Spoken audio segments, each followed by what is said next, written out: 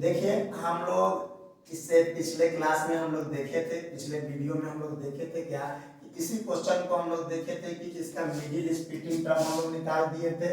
हम लोग क्या निकाले थे, मिडिल स्प्लिटिंग टर्म करके अल्फा एंड बीटा का क्या निकाल दिए थे, वैल्यू निकाल दिए थे। उसके बाद हम लोग सम ऑफ जीरो भी निकाले थे, और आज हम लोग इसका देखेंगे लोग प्रोडक्ट ऑफ जीरो देखेंगे। क्या देखेंगे आज हम लोग, प्रोडक्ट ऑफ जीरो देखेंगे। कि प्रोडक्ट ऑफ जीरो कैसे निकलता है, ये वाला हम लोग सीख लिए थे। मिडिल स्प्लिटिंग टर्म सीख लिए थे, सम ऑफ जीरो भी सीख लिए थे कि सम ऑफ जीरो कैसे निकलेगा।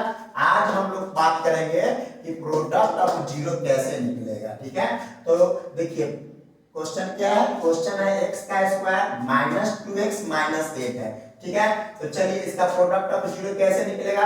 तो हम लोग निकाल के रखे हैं लोग क्या कि इसका अल्फा का वैल्यू कितना होगा, 4 होगा, और बीटा का वैल्यू -2 होगा। आज हम लोग को निकालना है क्या, प्रोडक्ट ऑफ जीरो निकालना है। क्यों, क्योंकि इसके पहले हम लोग सम ऑफ जीरो निकाल चुके हैं लोग, निकाल कर रखे हैं लोग। ठीक है, और मिडिल स्प्लिटिंग टर्म कर अल्फा और बीटा का भी वैल्यू हम लोग रख चुके हैं। ठीक है, तो चलिए आज देखते हैं कि प्रोडक्ट ऑफ जीरो कैसे निकलेगा। बड़ी आसान है, जितना आसान सम ऑफ जीरो है, मिडिल स्प्लिटिंग टर्म है, उससे आसान प्रोडक्ट ऑफ जीरो है। किसी भी चीज को गुना करना आसान होता है ना।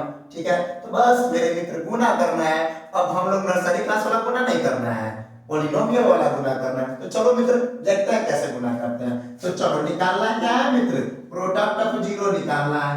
प्रोडक्ट ऑफ जीरो निकालना है, तो प्रोडक्ट ऑफ जीरो निकालने के लिए पहला स्टेप क्या करेंगे, अल्फा गुने बीटा, और यहाँ पर इनटू का साइन नहीं देते हैं। क्यों, क्योंकि दो अपने रहेगा साथ में, तो वहां पर इनटू का साइन क्या हुआ रहता है, छिपा हुआ रहता है।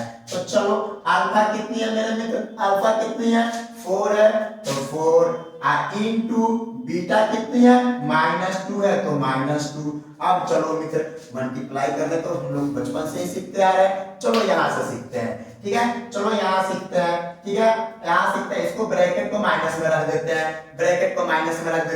अब चलो अब करना क्या है कि 4 को 2 से मल्टीप्लाई करना है। किससे मल्टीप्लाई करना है, 4 को। तो चलो 4 का टेबल तो सीखे ही होंगे लोग, 4 1 जा 4, 4 2 जा 8, 4 2 जा 8, बस 8 लिख दीजिए, 8 लिख दिए। अब देखिए यहाँ प्लस का साइन है, यहाँ माइनस का साइन है, तो इनटू में प्लस माइनस मेरे मित्र -1, यानी कि प्रोडक्ट ऑफ जीरो यानी कि अल्फा गुने बीटा का वैल्यू कितना आ गया, -8 आ गया। कितना आ गया, -8 आ गया।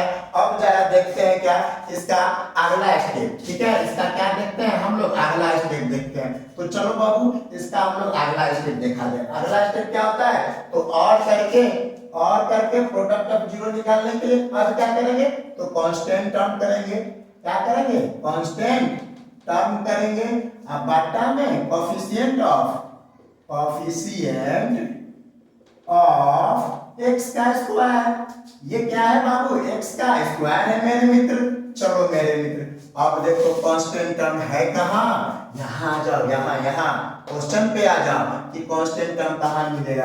तो कांस्टेंट टर्म कौन होता है, c होता है, पता है ना, पिछले क्लास में हम लोग पढ़ के बैठे हैं लोग कि कांस्टेंट टर्म क्या होता है, c, और c के जगह पे यहाँ देखो क्या वैल्यू है, -8 है। साइन को लेकर चलेंगे, साइन को छोड़ेंगे नहीं, क्योंकि पॉलिनोमियल अभी अलजेब्रा में साइन का बहुत महत्वपूर्ण उसका भूमिका होती है।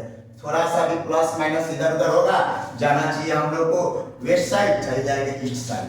ठीक है, तो चलिए यहाँ देखिए कांस्टेंट टर्म क्या है, -8 है, तो -8। अब बट्टा में अब देखिए कोफिशिएंट ऑफ x का स्क्वायर यहाँ है, इसके बगल में क्या है, इसके पिछले क्लास में बताए थे हम, क्या छिपा हुआ रहता है, 1 छिपा हुआ रहता है। क्या छिपा हुआ रहता है, 1। तो मेरे मित्र तो 1 लिख देंगे, यानी कि -8/1। इसको आप ऐसे भी लिख सकते हो, सिर्फ -8 भी लिख सकते हो। ठीक है, अब चलिए ये देखिए प्रोडक्ट ऑफ जीरो निकालने के लिए अल्फा गुने बीटा निकाल दिए, ये निकाल दिया कांस्टेंट टर्म, बटा में कोफिशिएंट ऑफ x का स्क्वायर, और करके एक टर्म और निकालेंगे। क्या निकालेंगे, एक टर्म और, क्या, c बटा a, और c क्या है, यहाँ c क्या है, -8 है, तो यहाँ लिख देंगे -8 और ये क्या है 1 है तो 1 तो हो जाएगा -8। जरा मेरे मित्र देखो यहाँ देखो -8 यहाँ देखो -8 और यहाँ देखो -8 तीनों फिक्स हो रही है यानी कि प्रोडक्ट ऑफ जीरो भी -8 कांस्टेंट टर्म बट्टा में कोएफिशिएंट ऑफ x का स्क्वायर भी -8 और c बट्टा a भी -8। ठीक है तो देखिए अगर आपका तीनों वैल्यू सेम है तो आपका आंसर सही है, नहीं तो कहीं ना कहीं आपने झोल झपट्टा तो किया है मित्र, तो इस पे आप लोग ध्यान दीजिएगा। तो हम लोग इस क्वेश्चन का हम लोग कितना टर्म देख लिए हम लोग मिडिल स्प्लिटिंग टर्म देख लिए हैं लोग, सम ऑफ जीरो भी देख लिए हैं लोग और प्रोडक्ट ऑफ जीरो भी देख लिए लोग। इसी टर्म पे आगे और भी क्वेश्चन आएगा जिसको हम लोग सॉल्व करेंगे।